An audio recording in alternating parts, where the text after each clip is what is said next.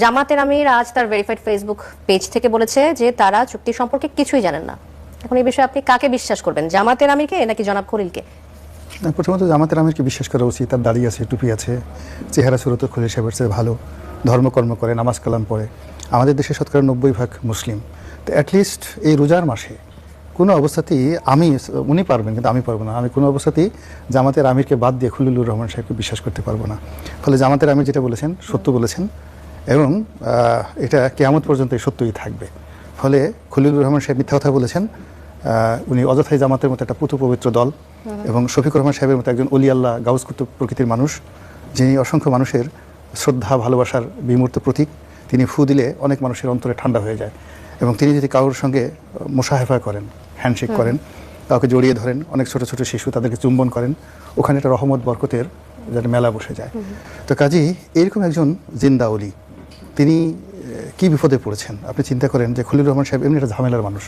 উনি কোথা থেকে উড়ে আসছেন, আমেরিকা থেকে এসে কোথা থেকে এসে হঠাৎ করে ডক্টর মোহাম্মদ ইউনূসের সঙ্গে জুড়ে গেছেন।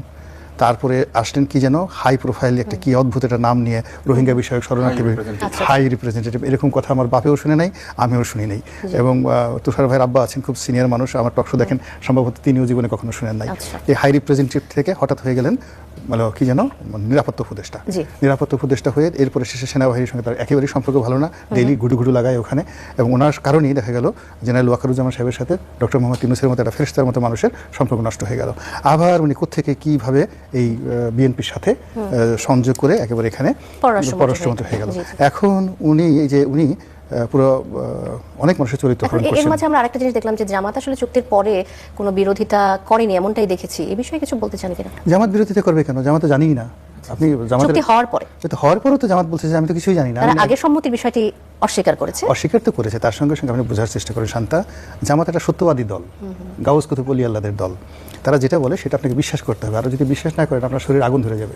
আপনি এখনো পর্যন্ত কারামত বুঝেন নাই যে জামাতের কারামতটা কি। তো সেই অর্থে তারা যে একটা রিপারকাশন দেখাবেন, প্রথমত হলো যে তারা তো বিশ্বাসই করতে পারেনি যে ডক্টর মোহাম্মদ ইউনূসের মতো লোক এরকম দেশ বিরোধী একটা চক্রান্ত করে একটা দেশের বিরুদ্ধে একটা চুক্তি করতে পারে।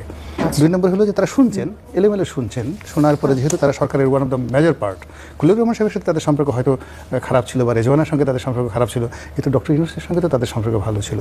এবং 17 মাস ধরে মূলত সারা বাংলাদেশ চালিয়েছে জামাত। এটাই হলো বাস্তবতা।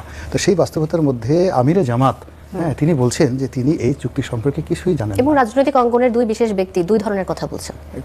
এটি আসলে এই যেমন খলিলুর রহমান এক ধরনের কথা বলছেন, জামাত আমিরের কথার সাথে যে মিলল না। না, খলিলুর রহমান তো রাজনৈতিক ব্যক্তিত্ব না। ব্যক্তিগত কারণে কোনো মন্তব্য নাকি এটা আসলে কোনো চাপের কারণে তাদের এই ধরনের মন্তব্য আসতে পারে বলে মনে করেন? না, এটা যেটা হচ্ছিল প্রথমত হলো আপনি কথা প্রথমে জিজ্ঞেস করেছেন যে জামাত সত্য কথা বলেছেন। আমি বিশ্বাস করি জামাত সত্য কথা বলেছে, খলিলুর রহমান সাহেব মিথ্যা কথা বলেছে। এজন্য জামাত খলিলুর রহমান সাহেবের গ্রেপ্তার দাবি করছে।